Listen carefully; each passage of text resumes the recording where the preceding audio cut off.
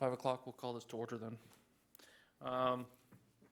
It's public opportunity to discuss matters of public interest within the committee's scope, including items on or not on the agenda. Do we have any? I don't have any speaker cards. Okay, so we'll move on to the consent agenda. I would move the consent agenda. Second. Okay, it's been moved and seconded. Madam? Directors Pearson, Aye. Gould, Aye. Scheidegger. Aye. Motion passes. All right, our action items, we move on to leadership legacy recognition. Chief Wells.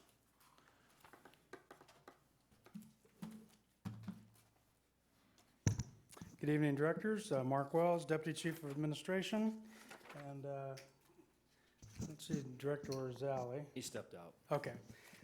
Tonight, we're further in the process of the policy that we've been working on, which was the introduction of a new award, would be the Leadership Legacy Recognition Award. And last month on the Policy Committee meeting, this board met to discuss the initial draft that was proposed. And then we had discussion, and several items were injected into a working draft of that same document. And it was also decided at that meeting that it would be more appropriate, or most appropriate, to have the LLR inside of the existing awards and accommodation policy, accommodation and awards policy. So with that, in your board packet tonight, you'll find a listing of, there's some red changes that we had put into the existing dialogue, or the text out of the LLR. We've kind of pulled it out of both policies at this point for working purposes. And then in the red text were the proposed changes. And I know Director Orzali, come on up, sir, has a lot of, had a lot of great input and some measurable criteria, if you will, so that we can appropriately address candidates for this award in the future. And so I don't know with the pleasure of the board or Director Orzali if it would be to go item by item and look at all the existing changes to the document. Some of them are strictly talking points or, for purposes of discussion tonight. So the pleasure of the board, how you'd like to proceed, if you'd like to talk item by item or... Sure, let's go down and show us the changes that you've made. I'm gonna step in there and... Sure. Specifically, there's a couple of notes, but if we look at under item 1A, I've added the word tangible simply because it seems to me that we have three basic criteria that we're looking at. The contributions this individual will have made need to be judged to be significant. They also need to be tangible. And the difference is in itself significant. Someone who's made a contribution, let's say, of leadership by virtue of their demeanor while they were working, and have demonstrated that they're an extraordinary leader, is a laudable characteristic. But in this recommendation or in this recognition, that contribution also needs to manifest into something that's tangible and durational to the organization. So that extraordinary leader, when that person leaves, so too does that leadership. I would advocate for us having the word tangible in there as part of the contribution. The nominee, in that same category under 1A, I listed the word nominee and indicated that it's possible that there would be more than one.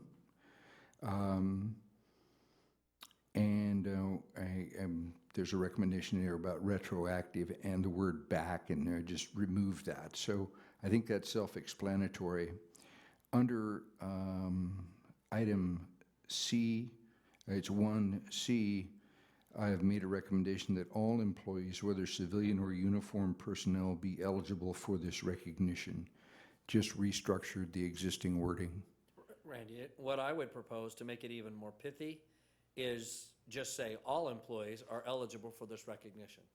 I don't think we need to Absolutely. identify, the various ranks or, Absolutely, I think those that's kind a- of things. So I I think think that's we an could just say excellent all suggestion. employees.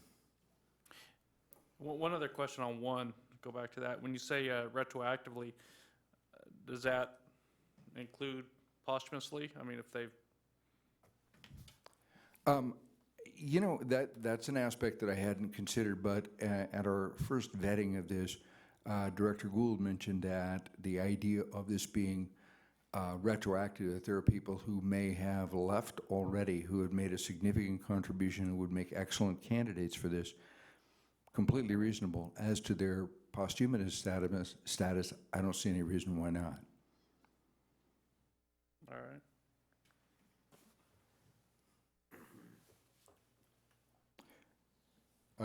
Other thoughts? All employees, let me just note that.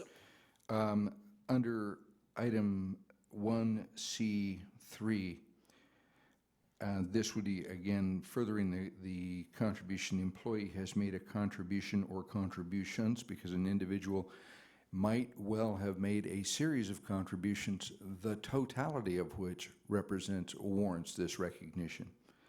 It is a tangible benefit of which will live on well after the nominee has left the service of the district. That's intended to say that this could be somebody who's in the early years of their service and would be recognized with this, understanding that criteria that got them nominated is something that really is durational and would live on past the time that they were with us. Randy, if you look at, it's 1D, your recommendation in red for the LLR review committee is 5 people, and that 5 people will become full once the 3 first recipients, the LLRs, are there. In B, it's a 4-person committee until the full committee becomes 5. And I'm just concerned that 2 could get you in a jam. That's very true, and we could easily modify that, but I think it's a valid point, and we need to have it be 5. And so I'm wondering if you have chief, comma, president of the board, and then you could just say the executive committee, because with the executive committee by policy will always include the chief, or the president of the board, rather. And then I think we just need to think about who could serve in that first 3 appointments, who could serve in that role as in that temporary review committee, who could serve in that role until there were 3 LLRs. Well, that could be anyone the board chose. It could be legal counsel, for that matter. It could be.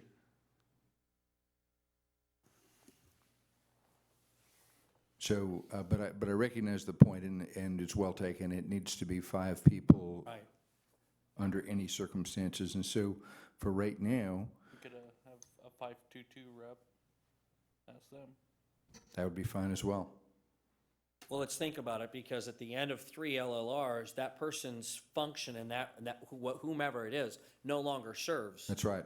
And so we got to be careful with who serves in that role, because at the end of that, they go away and don't get to have any more voice in the sense of how it's established. And so I would, it sounds like the chief's Yeah, got I just want to make sure that we don't get a political bent in there either. Right. Okay? Right. So you got to be somewhat careful when you start to expand it beyond the board of directors or the former people that get it, and you start to put it into labor gets a position and this person gets a position, then all of a sudden you're kind of leaving it out there for the issue of,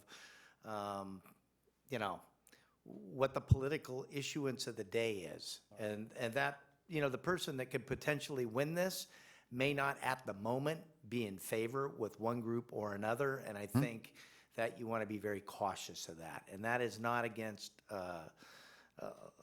any individual organization, but I just think you want to be very careful it doesn't become a politicized type issue. I would say And get that's to the something that clerk. could easily become the case, Chief. I thank you for pointing that out. The point we're discussing is only in that interim period until there are, in fact, 3 recipients.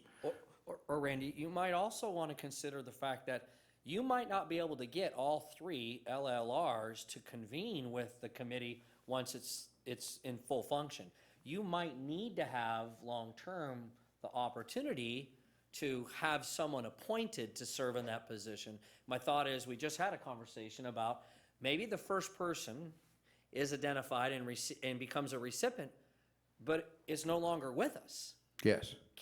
So now we got to extend it out even further out. And so I'm just wondering if, in the way you've set it up is, you might have to go farther than the first 3 before you actually have those 3 able to attend meetings and be part of the next recipient pool selection and so on and so forth. So I'm just wondering if in the interim and long-term, there may be a part of this policy that allows, I would say it's the board president that has the opportunity to make an appointment, if that's where you're kind of headed with this, is the president or the executive committee sits, and then should the case need be, for whatever reason, we haven't got there yet, or one's not alive, the president has the opportunity to appoint whomever he chooses or she chooses. Up to 5. Well, no, it'd only ever be one individual, because the president's serving, or the exec staff is serving, you've got the chief already on board, and up to a certain point, you're only looking for one more individual. The maximum Well, 5. yeah, to make it that situation. And so I'm just wondering, to make it easier, is the president of the board has the authority to not only be on the committee, but to make the appointment of the necessary person that needs to be there to fill out the 5. If I can add this, because I think Director Orzelli had talked to me some time ago about this, so I want to make sure I encapsulate this right. If this award is supposed to be what it's supposed to be, I don't think you're getting to 3 right away. I agree. It could be 10 or 15 years before you get to 3 recipients. That's absolutely true. Okay, so I think you have to have a system in place that takes in, because if it's going to be that you're going to get to 3 in the next 3 or 4 years, 2 things are wrong with that. When you start talking about posthumously, probably all 700 employees are going to head for the exit. And people are going to say, don't nominate me because I don't want to die tomorrow. But at the end of the day, I think the issue is then it takes the significance out of it. I think what you're looking for here is the individual that, comes around a decade, maybe you have 2 in a decade or something. So I think you have to have that set. Otherwise, it just becomes this perpetual award of the moment. And Chief, to follow along with that, even after we do get to the 3, there's no guarantee we can get all 3 together and are capable of participating in the review process. So again, I get back to, I think maybe one of the logicals is that until we get to a point where we would have 3 LLRs that could attend, there would be no need for the appointment by the president. That maybe that's the way we just add that 5th member, is as needed, the president has the authority to make the appointment of the 5th member of the LLR Review Committee. And we're done. That would absolutely work for me. Colleagues? Works for me. Put it in. Make it so. Oh, okay. I like the scoring grid you gave us too, President. I thought that was helpful, and I'm sure that will continue to be, worked on. And Well, the just a tool- footnote about the scoring grid. The intent there is, there's a good deal of research in the area of testing and evaluation. Part of that research indicates that the best assessments come when you give people a scale of 1 to 7, as opposed to 1 to 5, which seems to be too constraining, and 1 to 10, which seems to be too broad and generalized. So I use that scale because in my own experience, I get better, more authentic results that way. Now, it does lead to having, as in our case, a total score of 105 as opposed to 100. I think that's irrelevant. But the idea of having a criteria, the other thing that this brings is the capacity, and what we're asking an individual to do is to provide us their score of this individual on this criteria. We're not asking them to say pass or fail, yes or no to this candidate. We're simply saying, on this criteria, please give us your assessment.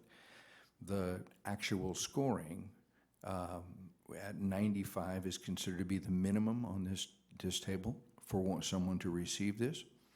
That's really just a matter of legal counsel looking at it and saying they scored a 95, they're accepted. And this is done anonymously so that you, as an individual making this rating, can feel confident in saying, this is what I genuinely think. Your name is not attached to it, only the score that came from you. And I think that gives us a better, cleaner, and more authentic result. 1A, I think in 1A, Randy, on there, where it says the LLR formally recognizes, I think you need to put the word "and" before individual, Okay? right? Yeah. And then also, is it your intent, Mr. President, is it your intent that you give significant latitude to the review committee? I'm just playing the what if. What if down the road, two candidates are reviewed and are suggested to receive this honor at the same time? Is that precluded in your vision? Could you have two candidates that receive this recognition under the same review process? Well, I think you could. I think the likelihood of that is very low if we maintain the standard that I hope we do. But it could happen. But it could happen.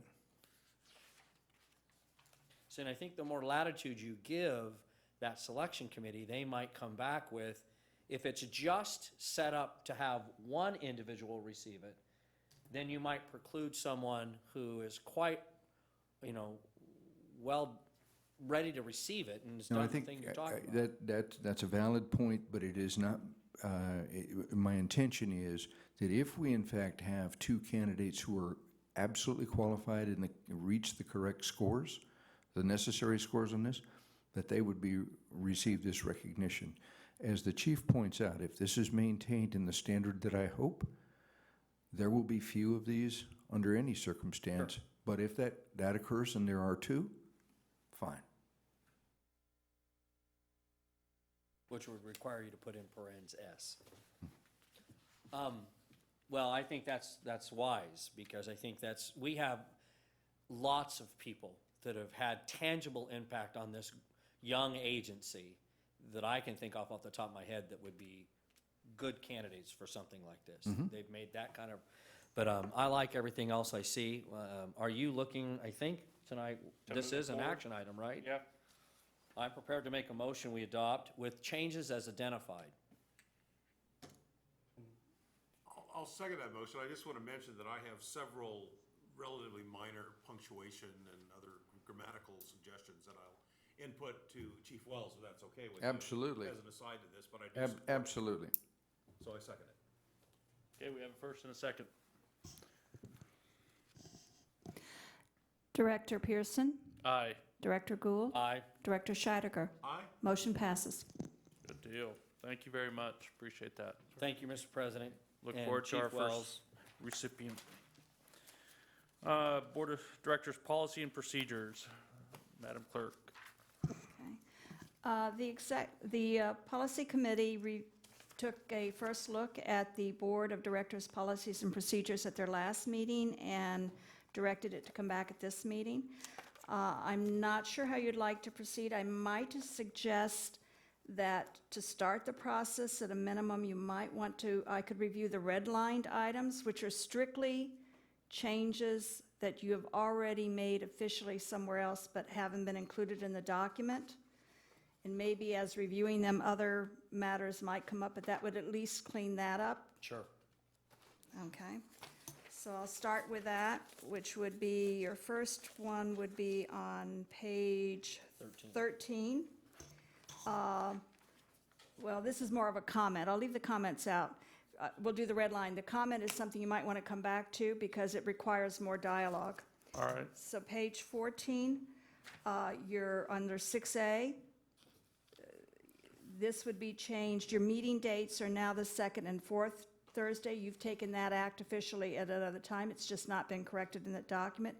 So if you're fine with that change. Yeah, I will leave the comment alone. We'll go to page 15. Quarterly workshops on that page, is that? Yeah. That's a That was, well, that was a comment. You might want to have discussion. Come back but to that. Yeah, I thought maybe you might want to have more discussion on that. Okay. On page 15, item number 10, the election of the officers. Well, this actually does say second, and that's what's in your, you haven't changed that you will elect your president, vice president, secretary the second meeting in December, but it appears that the second meeting in December is canceled because of the Christmas Christmas. holidays. So I'm recommending you change that to the first, so you have time to make that transition in January. that makes sense. On page 16, this is more of a clarification on item 13. It says the secretary is responsible for signing board action summaries. In reality, these are your minutes, and I think you might want to call them action minutes, so it's clearer in the whole area of other people looking at your documents that these are your official minutes. No problem. And that's how they're referred to throughout the document, or action minutes? They've been referred to as action summaries. I've been actually listing them as minutes, action minutes. And So I'm we'll just change, saying, not only here, but everywhere in the document, we'll change it to Yeah, action minutes, right? correct. Okay. I'll leave the comment section alone.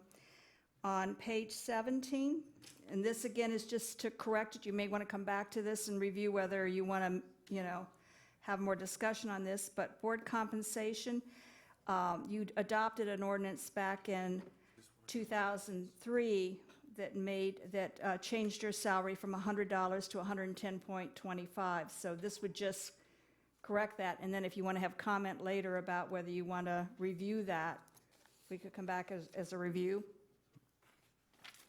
Are you okay with that? problem. Yeah, Okay, we'll go to Page 20. page 20. Under 24, the clerk of the board shall be an employee selected by it says board, I started to change it to fire chief. I don't know how you want to, state that. The job description now says that the clerk reports to the fire chief. Well, we're the selection team. right. Well, it was, Maybe that shouldn't be changed. I don't know. I changed that earlier. the process which we just went through was a combination of two board of directors and the clerk, the current clerk, interim clerk, myself, and a deputy chief. And that was the interview committee. I'm wondering if because we have the model, I think our org chart basically shows the board clerk reporting to the board, correct? Well, actually, they changed it. Yeah, it changes and reports, it reports to the board of directors, but it's under the authority of the fire chief to manage on a daily basis. And the reason for that was that the board of directors' interaction with the clerk was really at meetings and when they got minutes and stuff, so. What's wrong with putting by the board and fire chief? I think that would be cleaner. And that's exactly how you just described the Yeah, I mean, selection that's- committee, right? Yeah, I So mean, I think basically, it that's was an easy fix, is just by the board and fire chief. Okay. And then this one I just tried to describe a little cleaner as to what you currently do. So it reads, so that the clerk who shall attend each regularly scheduled meeting of the board and maintain, I added the word a written record just rather than a record. It's up to you if you want to keep that in. And then in the next sentence, if the clerk of the board cannot attend a meeting, well, we could still leave it the same way. It was the president or the fire chiefs. Fire chief. Yeah, You want it to be fire chief? absolutely. Fire chief's gonna. So the fire chief shall make arrangements to have someone in attendance. And then as you go further down, it shall be the duty of the clerk of the board to attest to all resolutions I added and ordinances, and then attend all closed sessions of the board. I took out the taping of open and closed session meetings and record all open and closed sessions because that has already been changed in a former resolution. Right. I believe you want to remove the word all. Attend closed sessions of the board. Okay. I think all is too prescriptive, and there Okay. might be opportunities and times where that is not needed. Okay, And if we're hamstrung by policy, then we don't have a choice. fine. So if you're fine with those changes, that we can go on to page 21. Under board committees, you appear to have, on 29, you appear to have a policy that you appoint an alternate to the Finance and Audit Committee as well as an alternate to the Policy Committee, but that's not reflected in your policy, so I added that language that just says you will add Sense. an alternate. That works? On page 22B, this is just, the Finance and Audit Committee changed their name and revised their charter back in July of 2013, so this just adds that wording that it's now a Finance and Audit Committee. Right. Right.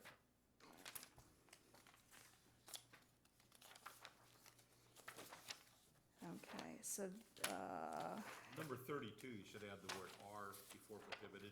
I'm sorry, on page, Well, page 11 of the document, I don't know what page that is on. okay, I'm sorry, when we were. Number 32, Number 32, I'm sorry. demonstrations during meetings are prohibited. Are prohibited, thank you. That was in the original, not caught. The appendices, Is- if you go to page 27 of the complete document or page 15 of the draft, your board policies has these appendices, and they really just need to be changed out every year, and that can be done administratively. The 2001 calendar was the last one that's in there. Later on, I've shown a 2014. The other item that's been changed is on page 30. This is the old Finance Committee charter. The Finance and Audit Committee has adopted a new charter, and that would be, that's shown further on as a new appendix. Those are Page 30 or 18. the only, yeah, I'm sorry, yes. I'm wondering if even in our board policies, we even need to have the calendar. I I think would it's just a lot of kind- busy work for you to keep every year to make sure the new, calendar is there, and we Yeah. change it throughout the year. I'm wondering why it's even Yeah, necessary to that be in would the be a policy. question to me, because it is an issue of having to change it out every year. and it- Take it out. I just think Take we out the don't need it. calendar. You refer to it, and that's fine, you adopt one every year, so. Right. And as far as the Finance Committee charter, since we've changed, do we have to keep the appendix in, or can't we just replace the original one with the appendix and not have an appendix? No? You were saying that there's, I think you need to continuously refer to the appendix for all the different documents. Yeah, I don't think, with your charters, I think they're probably fine to stay in your bylaws, because they don't change that dramatically. You probably don't do them that often, like an annual calendar. Right.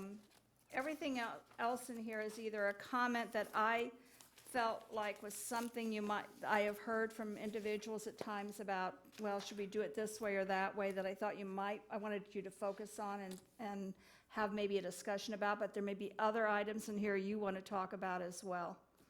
Mr. Chairman?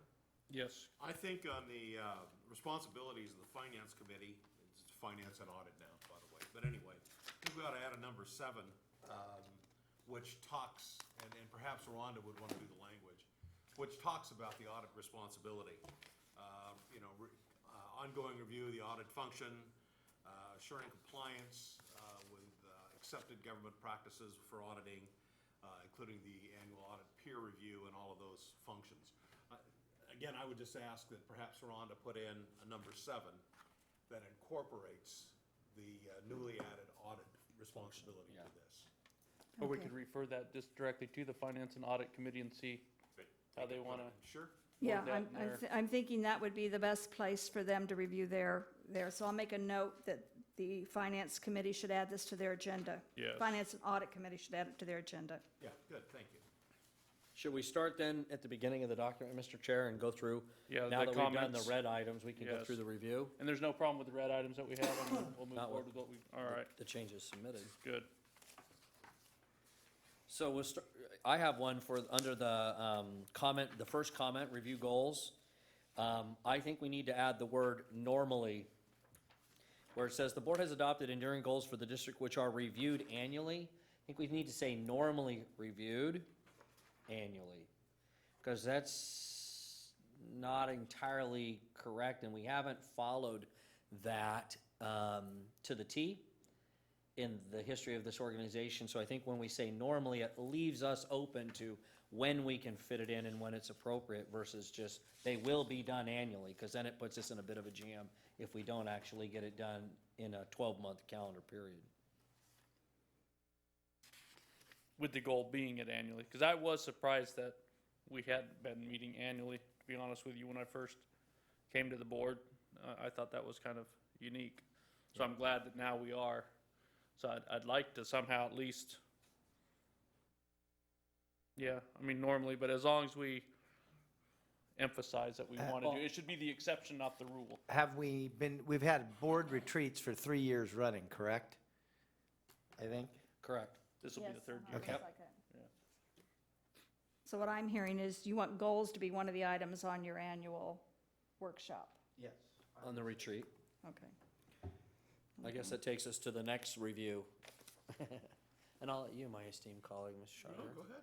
I think we need to take out where it says 6B, all the discussion about 6B, really 6B and all of the subtopics, just that whole area needs to come out of our policies. Since we don't do it. Yeah, quarterly work, yeah, exactly. It just doesn't make any sense to me to have something in there that says, as a policy, we hold quarterly meetings that does this function. We've never done that. We have an annual retreat. We don't have, quarterly workshops that this board comes to religiously. Well, and then doing the district fire chief performance, that's not done at our workshop either. That's done at a different time. And yeah, that whole section should be removed.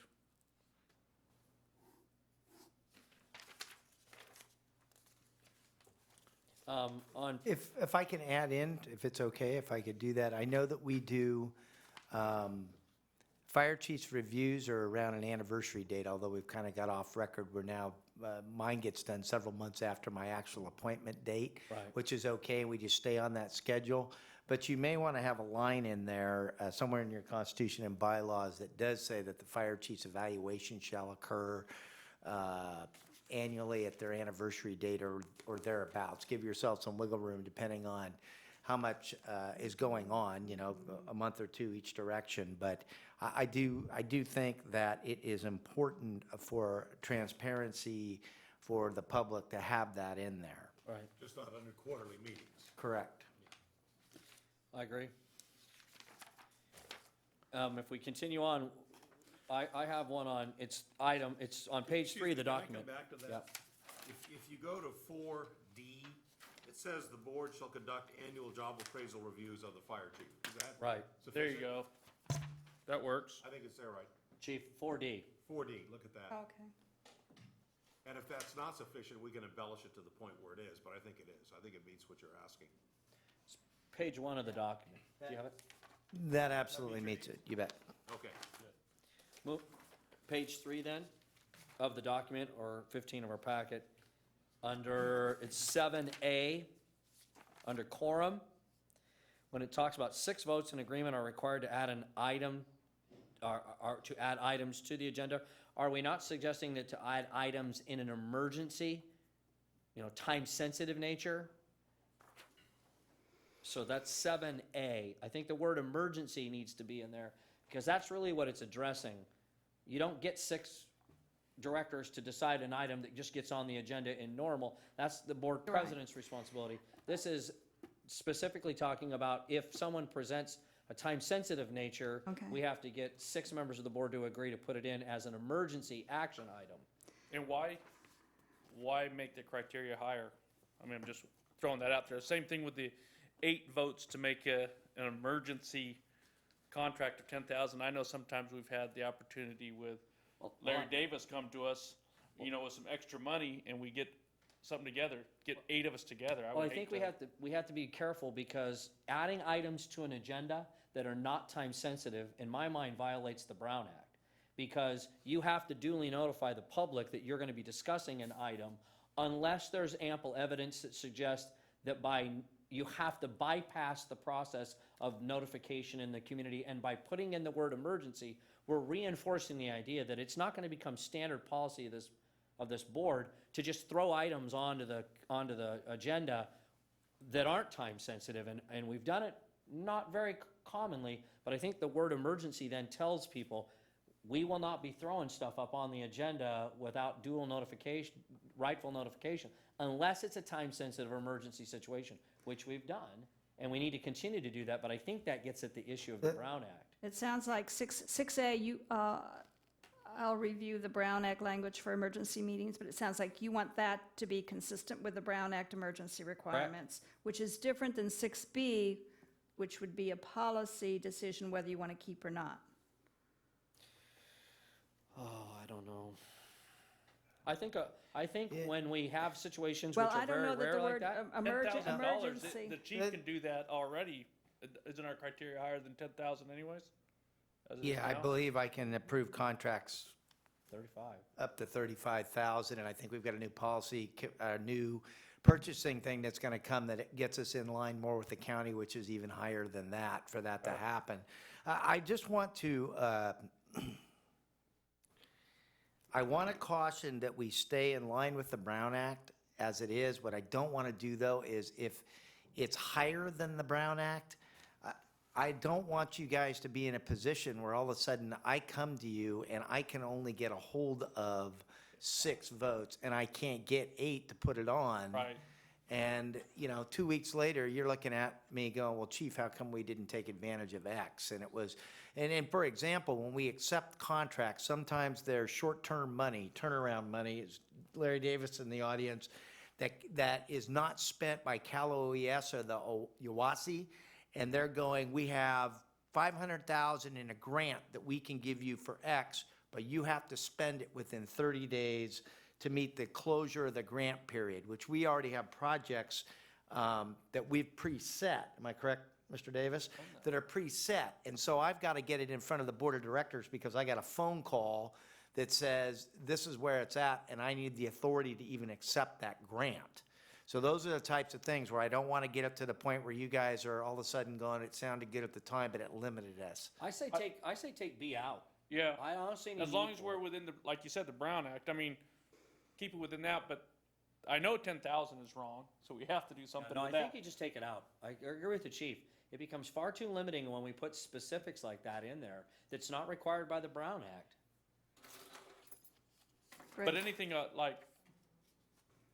when we start spending a lot of money though, But it's a let me great say, opportunity. We'll still want to have some Yeah. sort of let me vote. say this. If it's an emergency expenditure of a large amount of money, there's got to be a major issue going on. Right. Okay? So, and I don't envision when we would do that on the expenditure side, unless it was an emergency. We have a calamity that happens here, and all of a sudden we need to allocate X amount of dollars to get temporary housing for 2 fire stations that got flooded or whatever, and we've got to get temporary housing, we've got to do whatever for that. I'm just trying to think Then a of special the meeting issues. calls for those things, Yeah, right? the real issue for me is that on the grant money, when we do have leftover money, it's more, my concern is the receiving end of it. Still having the ability to meet the Brown Act on expenditures, but I don't know too many fire chiefs, worth their salt, or city managers or CEOs that are going to come in and sit there and go, I think it's an emergency. I want to go buy a fire engine for $250,000 today, or I want to do this or do that. It's just, I don't see that. Number 9, second sentence in number 9, I would remove entirely. If a member arrives after the meeting, is that sentence you're talking about? If a member arrives Right, after the okay. meeting's called to order, he'll be designated or she'll be designated as absent. You're not absent. You showed up after the meeting was called to order. You're not absent. And you can, and if, my concern is if it shows absent, then that means you're not there. And then you're shown voting later. And then, so I'm just thinking what it really should be is that last sentence. If a member arrives after the meeting's called to order, the recording secretary shall record the time of arrival. End of story. Oh, okay. That's cleaner, a Well, lot cleaner. it's kind of confusing. Hey, you're absent. Yeah, but Oh, now I you're was- here. I was there. Well, it'll say you're So, absent, and then yeah. it'll show you're there too, so, yeah.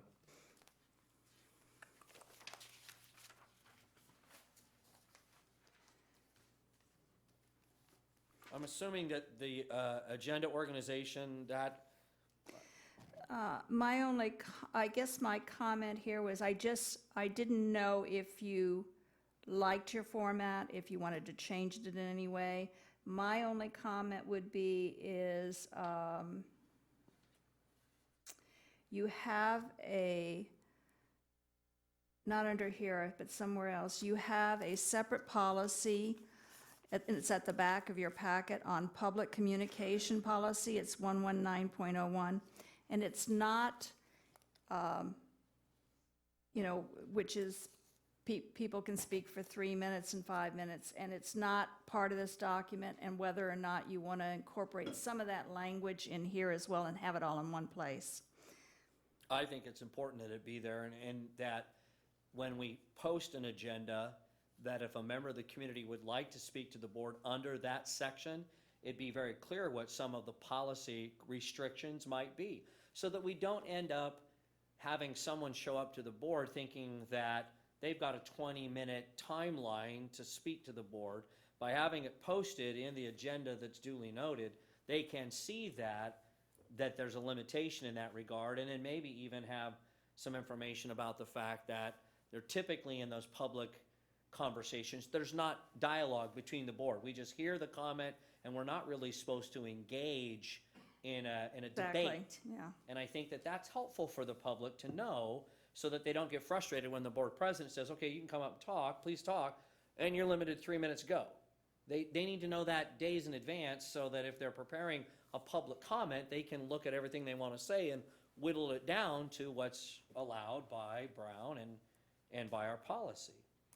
I'd like to add in there with the agenda organization, the public hearing, because there's been a lot of debate whether or not we had an appropriate public hearing as opposed to public comment. There's been talk that some boards, they break from their regular board meeting, then have a special public hearing.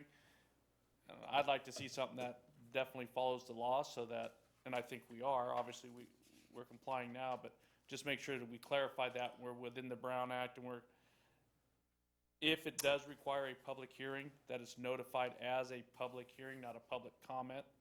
And so that it's very clear to everybody, including everyone on the board, that is taking place. And that can be done very easily by, when you have that, just adding that heading Right. at that time, that Sure. this is not an action item so much as it's a public hearing. Right. Yeah, So- I would, if you don't mind, add on D, that length of time for public discussion, very common to allow 3 minutes for individuals, 5 minutes for organizations. And so I think that's reasonable. that's consistent, I'm fine with that.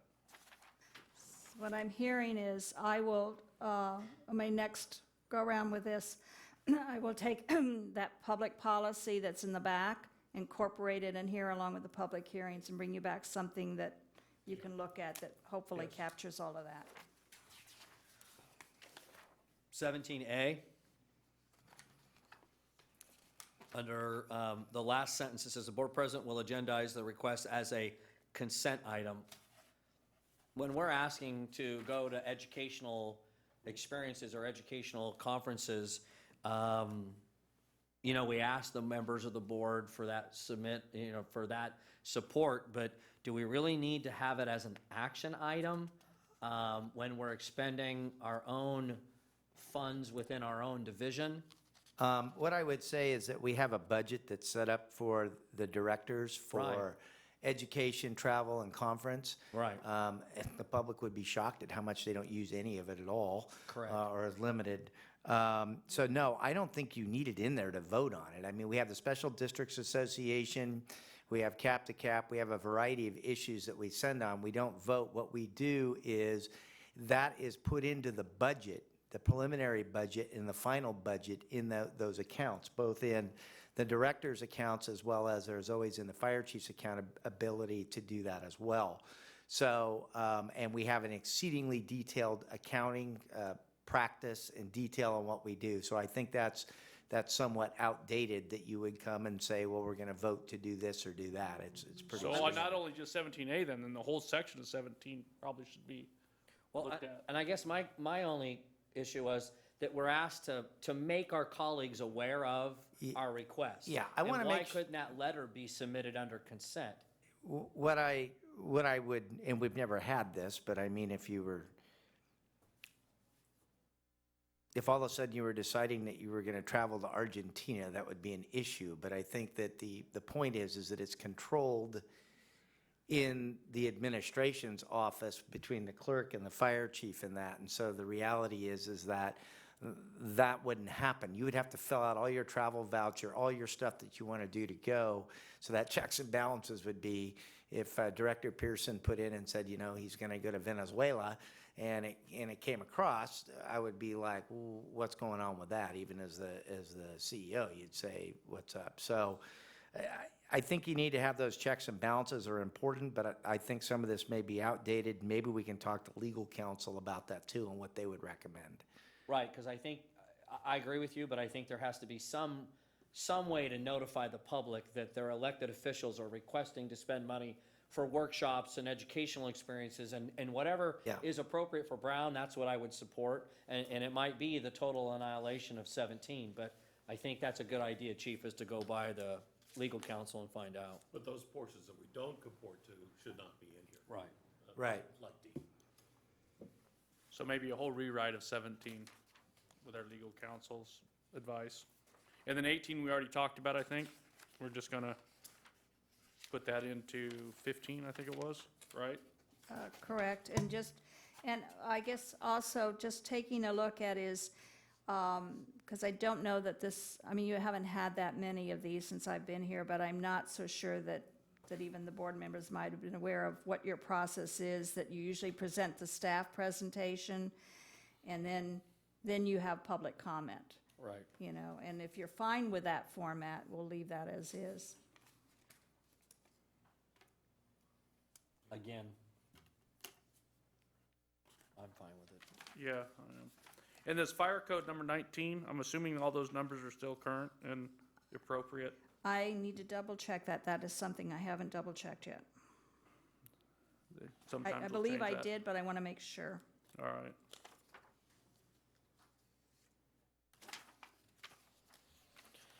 I'm done. And then 7 on the C on the next page, that would again be that public hearing section that you've already commented Right. on. Right.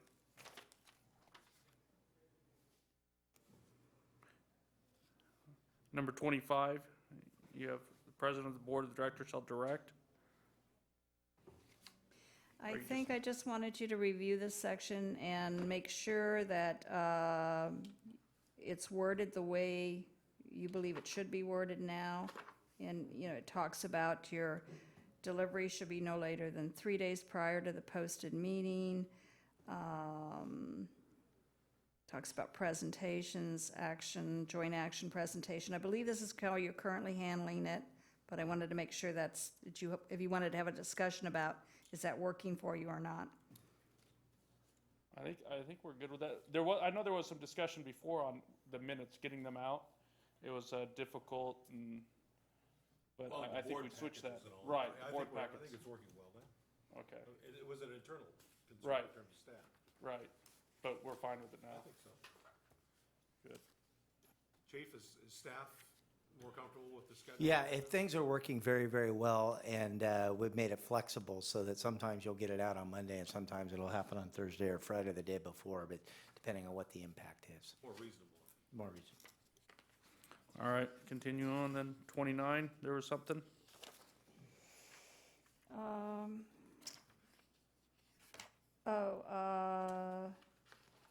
Standing committees, establishing a regular meeting schedule. You do have a regular meeting schedule for finance, and you do have one for, your finance committee is the first meeting of the month that you have, which is the second Thursday. Policy doesn't always meet monthly.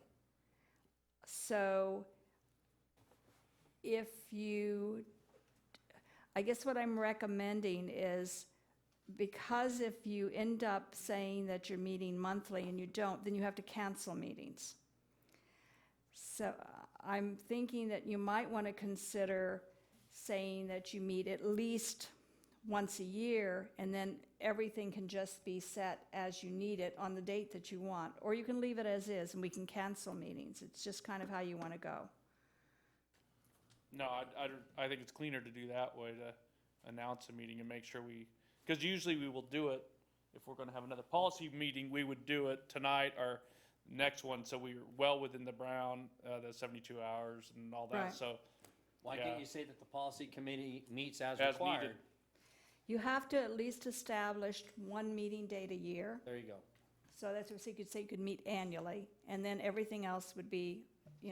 on a Because special meeting. canceling that is just a bunch of busy work. It confuses, well, and it confuses people too. Is this meeting happening or is it being Right. canceled? And the same with executive committee. So you say you meet once a year, but I think finance always meets every An exec's got to every meet month. at least once a year to make. once a year in committee January. appointments. So Right. we can clearly state that, and we can clearly state maybe policy meets once a year in January, because you have to do that to set up your board, your, I like Your that. The second officers? meeting in January. yeah, and you set up your officers. And then anything else is a special meeting after that. All right, I like it.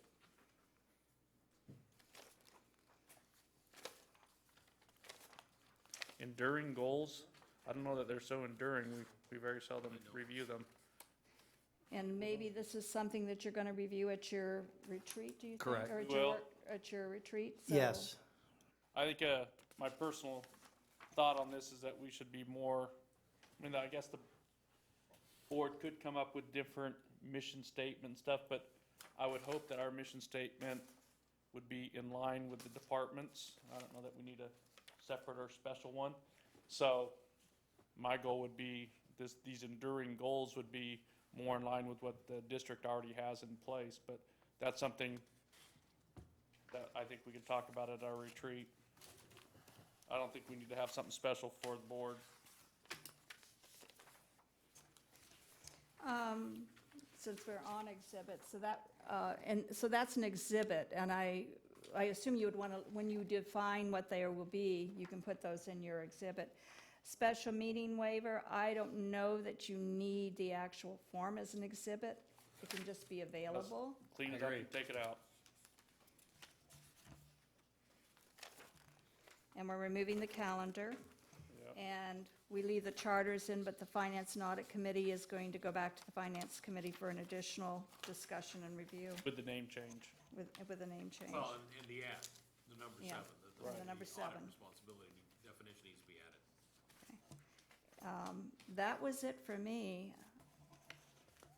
I think this is a good start. We can come back with those changes and then, We can come back at March 27th if you'd like with these changes. yeah. Well, I make a motion, since it is an action item tonight, that we move forward with the tweaks and edits and changes that we've recommended tonight, and that we look at our next regularly scheduled policy meeting, which will be when, Mr. Chair? The 27th, March 27th meeting, I believe that is. Correct? Yes. Yep. So that's my motion. Oh, I'll second that. Good. We have a first and a second, Madam Clerk. Director Pearson, Aye. Director Gould, Aye. and Director Scheidegger. Aye. Motion passes. Awesome. Thank you. Okay, with that, we'll close this meeting, and our next meeting will be March 27th at 5 PM here. Thank you very much.